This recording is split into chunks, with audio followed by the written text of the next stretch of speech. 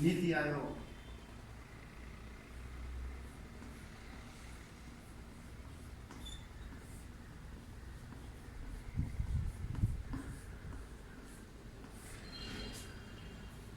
इसको राष्ट्रीय भारत परिवर्तन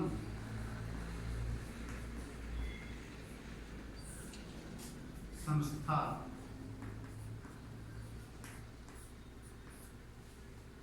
नीति आयोग को राष्ट्रीय भारत परिवर्तन संस्था भी कहा जाता है।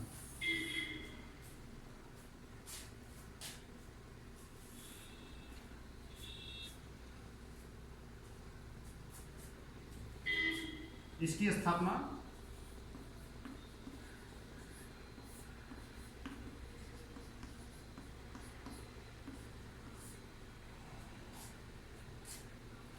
योजना आयोग के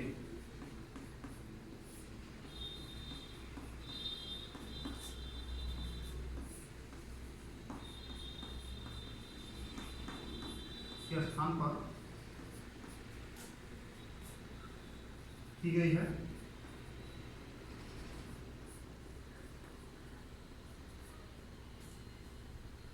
दूसरा, इसकी स्थापना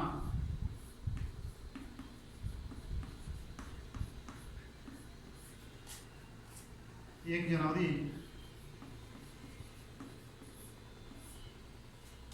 2015 ईस्वी को की गई।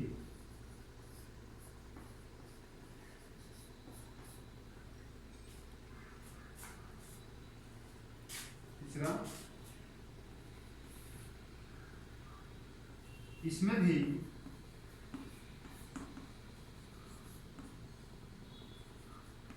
योजना आयोग की तरह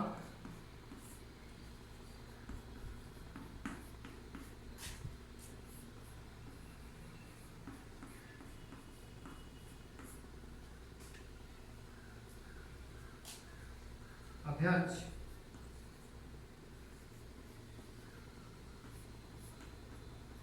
हमेशा वर्तमान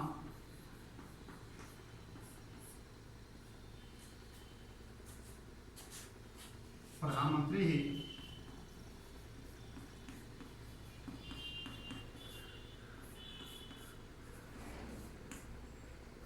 होता है।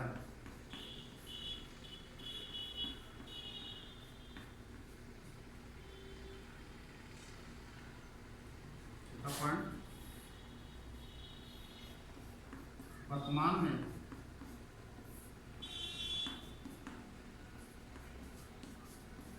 नीति आयोग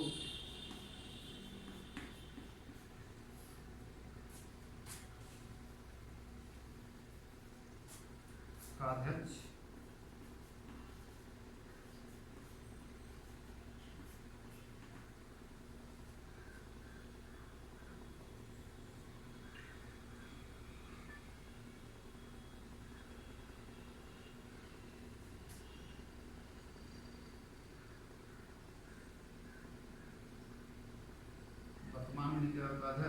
प्रधानमंत्री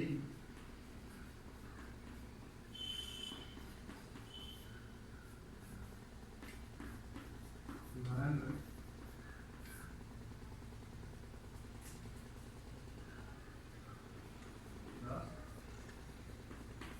मोदी जी। तो इतने सारे फैक्ट हैं नीति आयोग के जो कि कभी कभी 2 नंबर में पूछ दिया जाता है कि नीति आयोग क्या है, इसके बारे में लिखें। तो ये 4 पॉइंट हैं, इसको आप लोग लिख सकते हैं।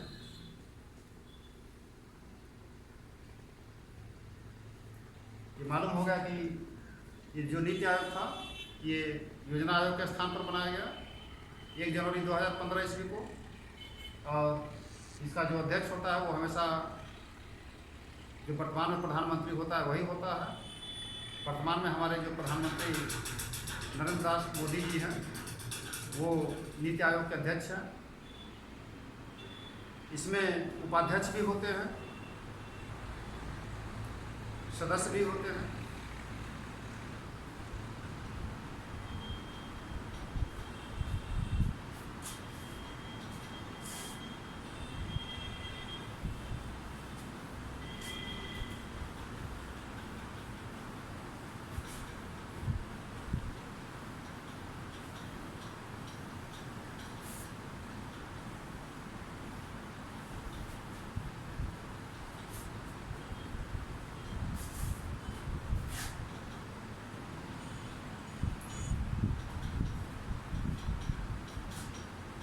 अब जो है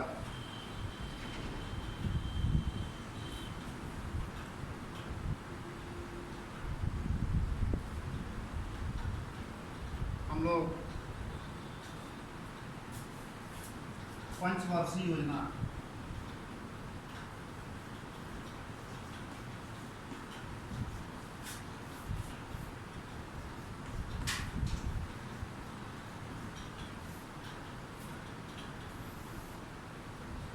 पंचवर्षीय योजना के बारे में हम लोग पढ़ेंगे।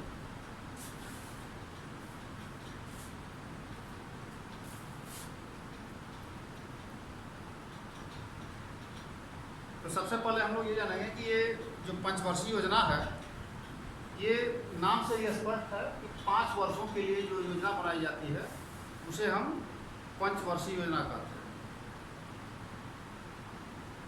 यानी जो आगे आने वाले जो 5 वर्ष हैं उसके लिए एक योजना बनाई जाती है। उसमें खर्च के बारे में दिखाया जाता है कि हाँ आगे हमें कितना खर्च करना है। इसका जो सब लेखा जोखा जो बनाया जाता है वो इसी पंचवर्षीय योजना के लिए पंचवर्षीय योजना के अंतर्गत बनाई जाती है। इसमें एक चीज एग्जाम में ये पूछा जाता है कि ये पंचवर्षीय योजना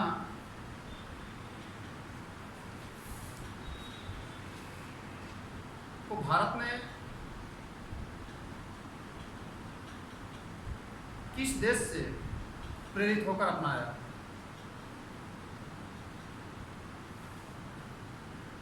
तो इसका उत्तर होगा रूस।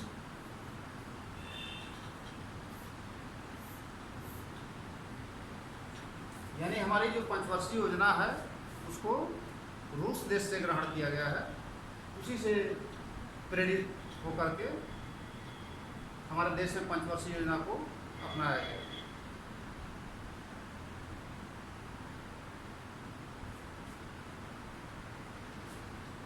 जो प्रथम पंचवर्षीय योजना थी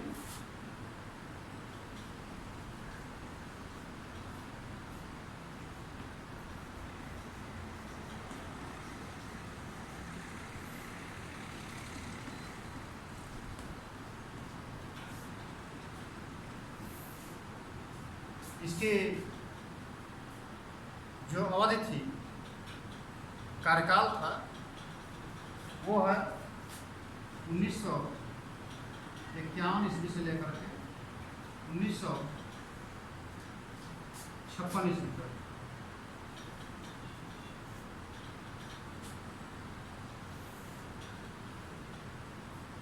इस अवधि को हम कहते हैं प्रथम पंचवर्षीय योजना।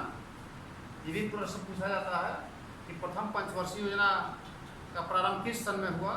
तो इसका उत्तर होगा 1951 ईस्वी। यानी 1951 ईस्वी में प्रथम पंचवर्षीय योजना को प्रारंभ किया गया, जो 1956 तक चली।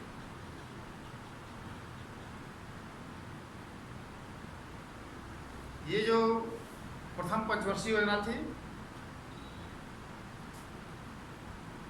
ये इसमें मुख्य रूप से कृषि पर जोर दिया गया।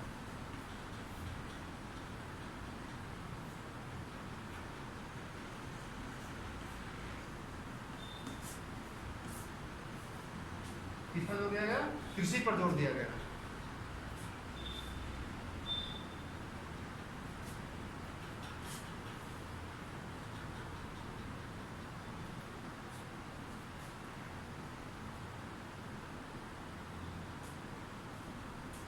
यद्यपि ये जो प्रथम पंचवर्षीय योजना है, इसका लक्ष्य जो है छोटा था,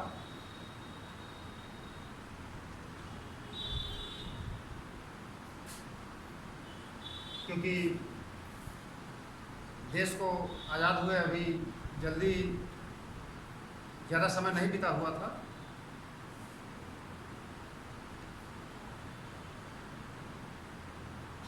उस समय हमारे देश की अर्थव्यवस्था भी उतनी अच्छी नहीं थी। खाद्यान्न दूसरे देशों से हमें मंगाना पड़ता था।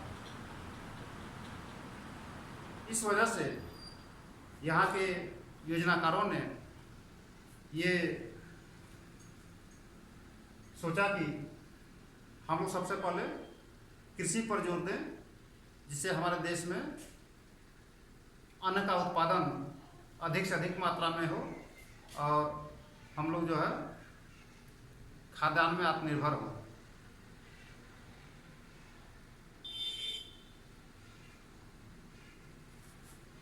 इसके बाद आता है दूसरी पंचवर्षीय योजना, द्वितीय पंचवर्षीय योजना।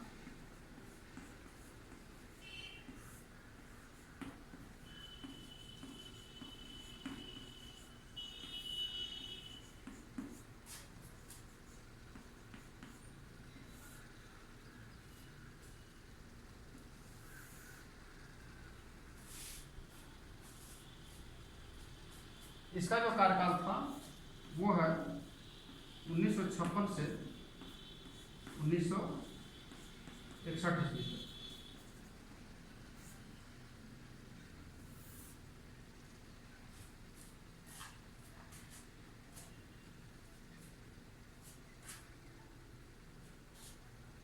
तो हम लोग देखें कि प्रथम पंचवर्षीय योजना में किस पर जोर दिया गया है? कृषि पे। किंतु हमारी जो द्वितीय पंचवर्षीय योजना थी, इसमें सबसे ज़्यादा जोर उद्योग पर दिया गया।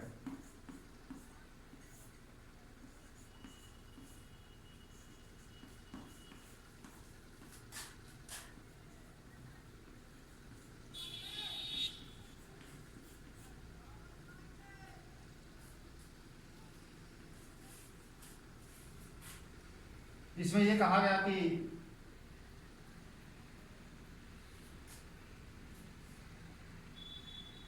जब तक उद्योग हमारा मजबूत नहीं होगा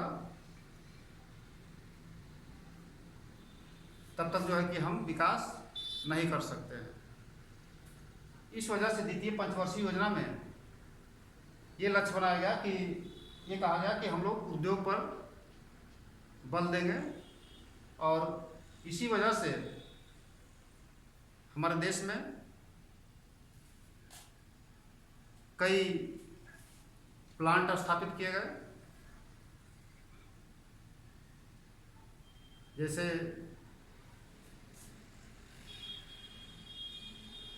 दुर्गापुर,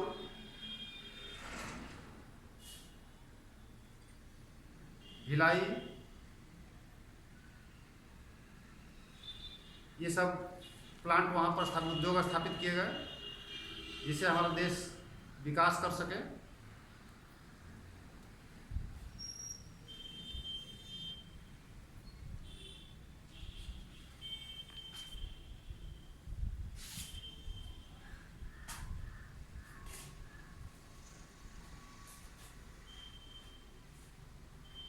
ये भी था कि जब उद्योग स्थापित होगा तो हमारे देश में जो बेरोजगार लोग हैं उनको रोजगार भी मिल सकेगा, जिससे हमारा देश विकास करेगा।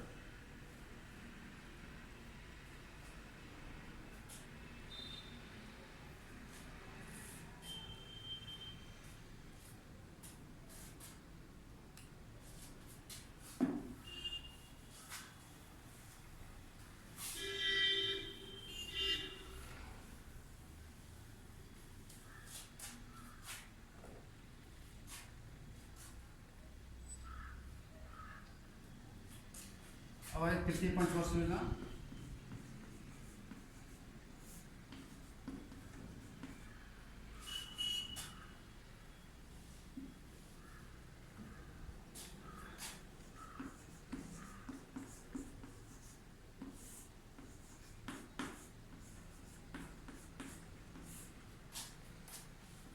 1961 से 1966 ईस्वी।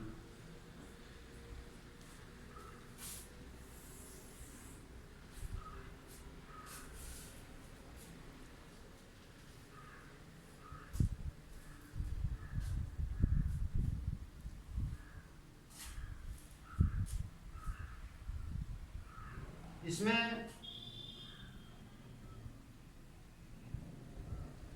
जो लक्ष्य निर्धारित किया गया कि हमारे देश की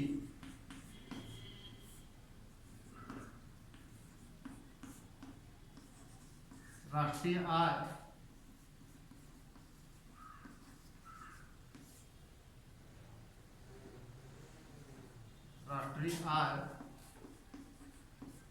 की वृद्धि दर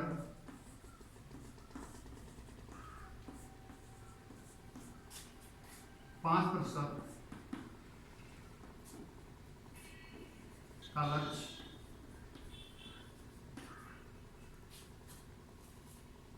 निर्धारित किया गया।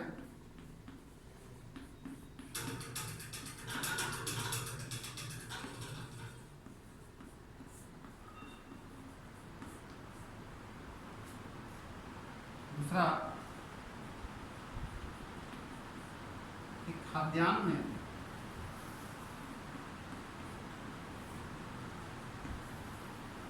आत्मनिर्भरता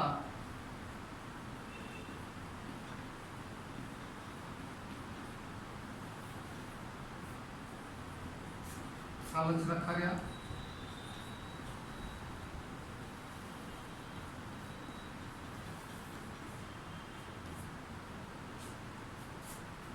और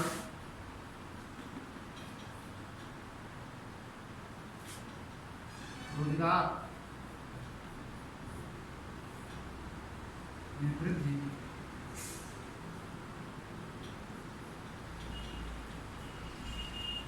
का भी लक्ष्य रखा गया है।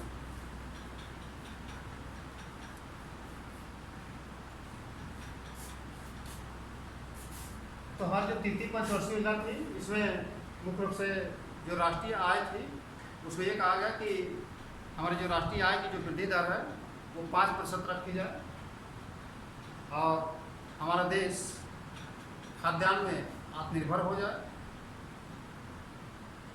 और रोजगार में वृद्धि भी एक लक्ष्य रखा गया।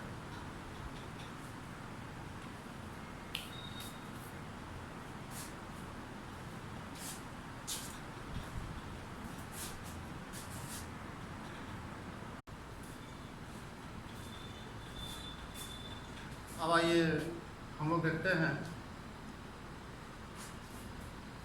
विकास की राजनीति में भूमि सुधार।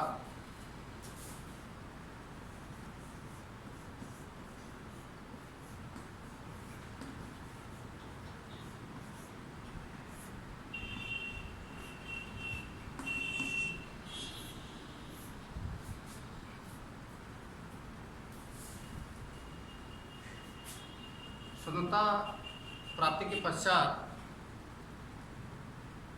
भूमि सुधार के बारे में भी काफ़ी काम किया गया। जैसे सबसे पहला काम तो ये किया गया कि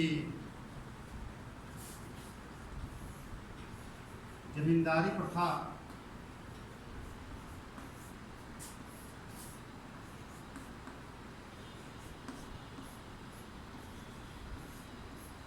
की समाप्ति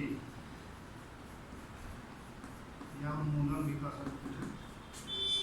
जमींदारी प्रथा की समाप्ति, क्योंकि होता क्या था कि भूमि का स्वामी जमींदारों को बना दिया गया था और वो किसानों से खेती करवाते थे, यानी एक प्रकार से वो बिचौलिए का कार्य करते थे।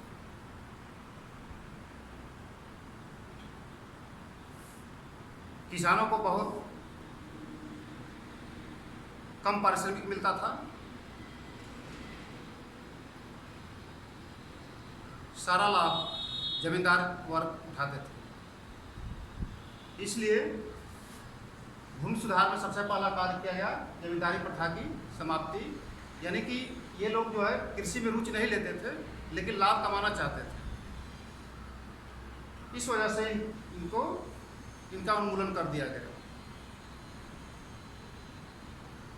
दूसरा जो भूमि सुधार में कार्य किया गया है वो है चकबंदी प्रथा। चकबंदी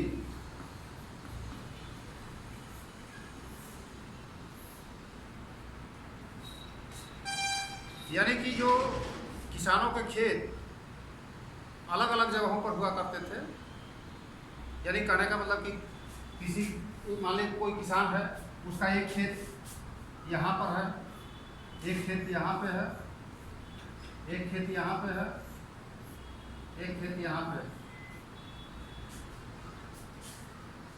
तो यहाँ भी कृषि कार्य करने में उसको कठिनाई उत्पन्न होती है।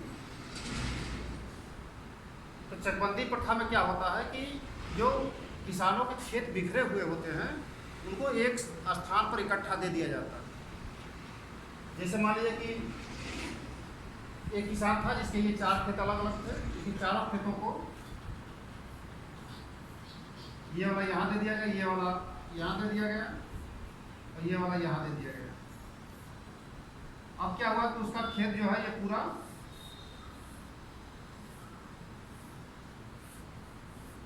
एक जगह हो गया, ये समाप्त हो गया। अब वो पूरा खेत जो है यहाँ पे हो गया। अब वो किसान जो है यहाँ पर एक साथ जो है कि अपने पूरे खेतों की देखभाल कर सकता है और कृषि कार्य कर सकता है। इस वजह से ये चकबंदी प्रथा को लागू किया गया, जिसमें किसानों के बिखरे हुए खेतों को एक जगह इकट्ठा करके दे दिया जाता है। इससे किसानों को एक साथ कृषि कार्य करने में सहायता मिलती है और उनको लाभ भी मिलता है। तो मुख्य रूप से ये 2 कार्य भूमि सुधार के बारे में किया गया।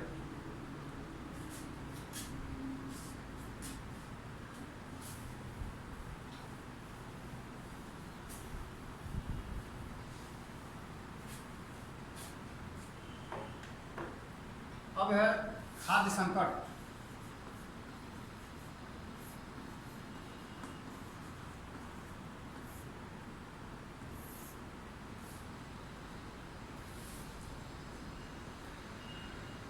हमारा देश स्वतंत्रता के पश्चात खाद्य संकट से जूझ रहा था।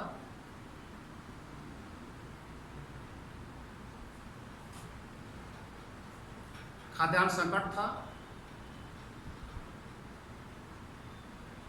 लोगों को जितनी कैलोरी की आवश्यकता थी उससे कम कैलोरी लोगों को मिल पा रही थी।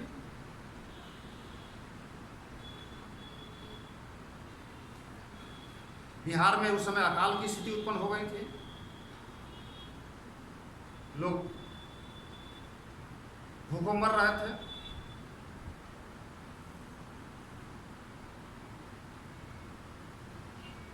इन सब वजहों से भारत को दूसरे देशों की सहायता लेनी पड़ी। दूसरे देशों से खाद्यान्न का आयात करना पड़ा, वो भी अपनी शर्तों पर नहीं बल्कि दूसरे देशों की शर्तों पर। क्योंकि भारत की जो पहली प्राथमिकता थी, पहली जो समस्या थी कि लोगों को खाद्यान्न उपलब्ध हो, खाद्यान्न उपलब्ध कराना प्राथमिकता थी। इस वजह से वो विदेशों की भी शर्तों को मानने के लिए तैयार थे और विदेशी लोग अपनी मनमानी शर्तों के साथ भारत को खाद्यान्न निर्यात करते थे। मुख्य रूप से अमेरिका अपनी सेवा शर्तों के साथ भारत को खाद्यान्न देता था।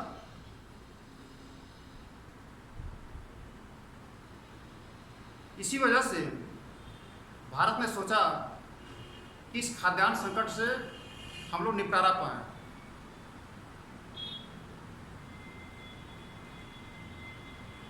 और इस निपटारा पाने के लिए ही हमारे देश में हरित क्रांति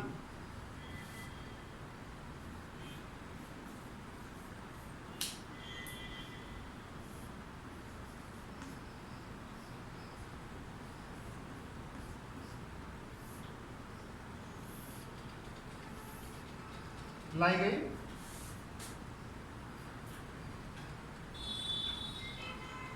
हरित क्रांति का लक्ष्य था कि खाद्यान्न में हम लोग आत्मनिर्भर हो जाएं,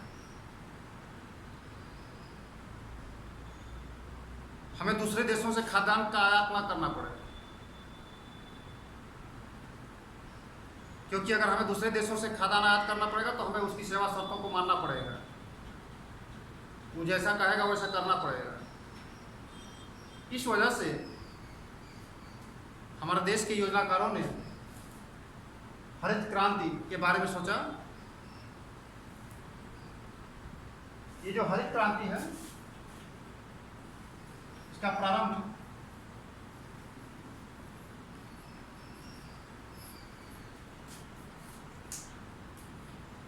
उन्नीस सौ 66-67 में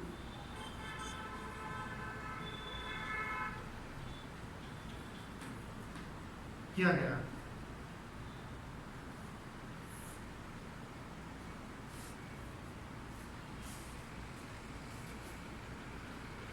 भारत में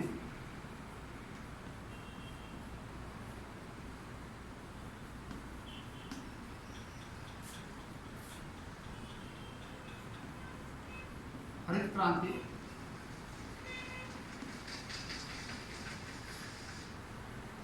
के जनक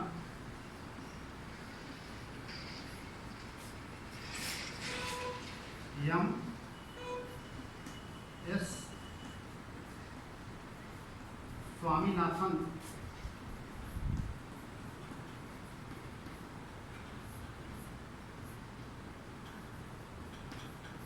को माना जाता है।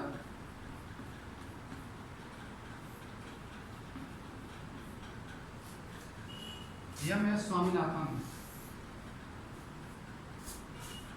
ये एग्जाम में कई बार पूछा जा चुका है कि भारत में हरित क्रांति का जनक किसे कहा जाता है,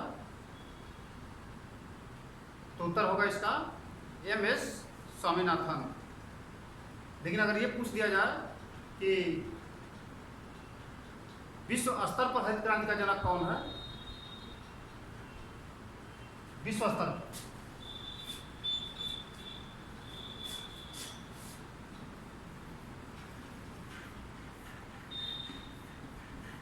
विश्व स्तर पर हरित क्रांति के जनक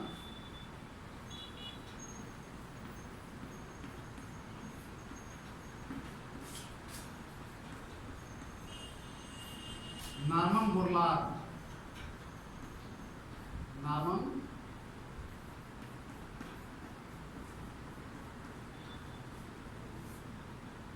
बोरलॉग को माना जाता है।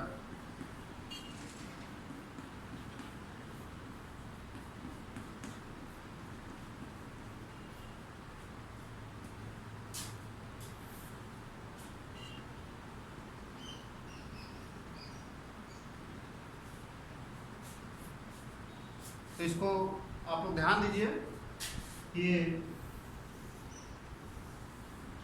भारत के स्तर पे है, भारत के हरित क्रांति के जनक माने जाते हैं, और ये नॉर्मन बोरलॉग विश्व स्तर पे हरित क्रांति के जनक माने जाते हैं। और भारत में इसकी शुरुआत 1966-67 ईस्वी में की गई थी।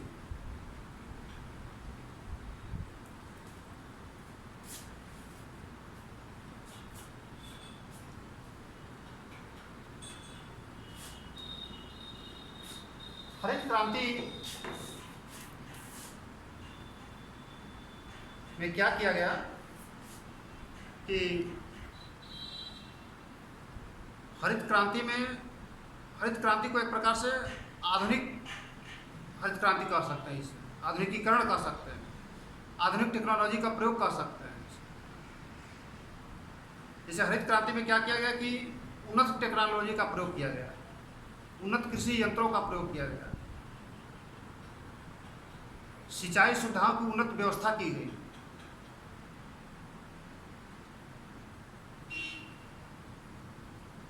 उन्नत बीजों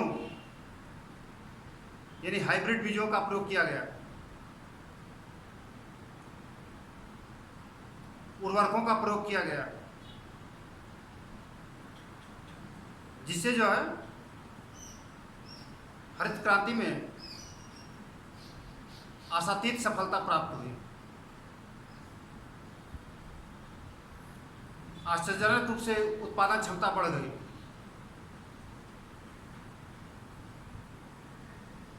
मुख्य रूप से पंजाब, हरियाणा, पश्चिमी उत्तर प्रदेश, दिल्ली, इन लोगों को सर्वाधिक लाभ हुआ।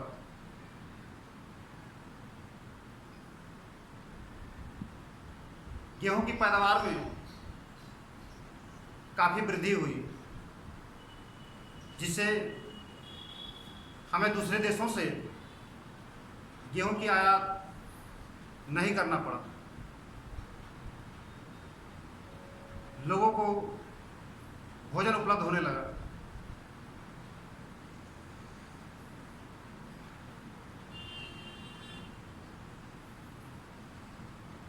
इसीलिए मैंने इसका लक्ष्य रखा गया था कि कृषि क्षेत्र में आत्मनिर्भरता को प्राप्त करना।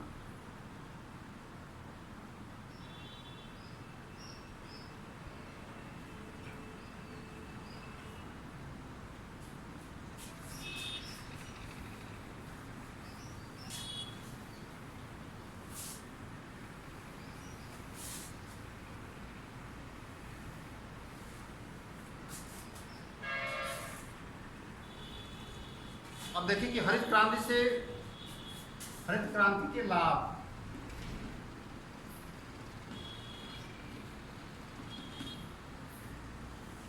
हरित क्रांति से क्या लाभ हुआ?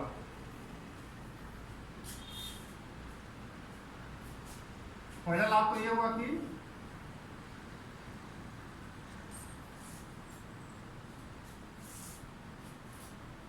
उत्पादन में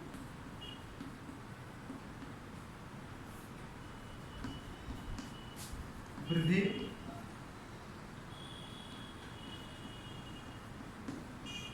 होने से हमारा देश खाद्यान्न में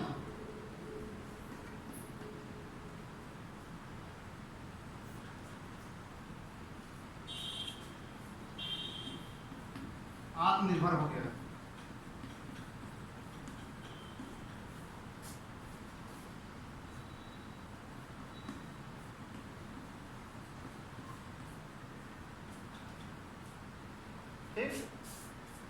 यानी कि जब हमारा उत्पादन बढ़ा तो हमारा देश जो है क्या हुआ, खाद्यान्न में आत्मनिर्भर हो गया। दूसरा है कि कृषि यंत्रों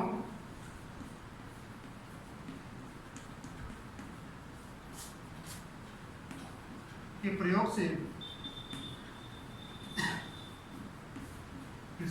प्रयोग से लोगों को रोजगार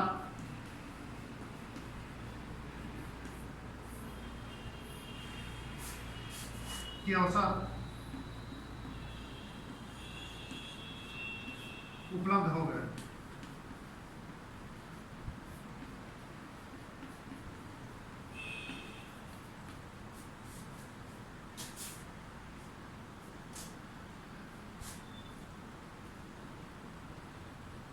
तीसरा पॉइंट यह कि जैसे पंजाब, उत्तर प्रदेश, हरियाणा और दिल्ली में उत्पादन जब अधिक बढ़ा तो वहाँ के किसान जो है काफ़ी प्रसन्न हुए और खूब उन्होंने विकास किया। इसकी हरित क्रांति के लाभ तो आप लोग देखे ही हानि भी इसके कुछ कहा जाता है कि हरित क्रांति की कुछ हानियाँ भी थी। जैसे मान लीजिए कि इसकी हानियाँ में ये कहा जाता है कि इसका विकास ज़्यादातर उन्हीं क्षेत्रों में हुआ जहाँ पर पहले से ही लोग विकसित अवस्था में थे, यानी कि जहाँ के किसान धनी थे। जैसे पंजाब, हरियाणा, पश्चिमी उत्तर प्रदेश के किसान काफ़ी धनी थे, जहाँ पर उन्नत सिंचाई सुविधा उपलब्ध थी, उन्हीं क्षेत्रों में केवल इसका विकास हुआ। इसकी एक ये कमी मानी जाती है।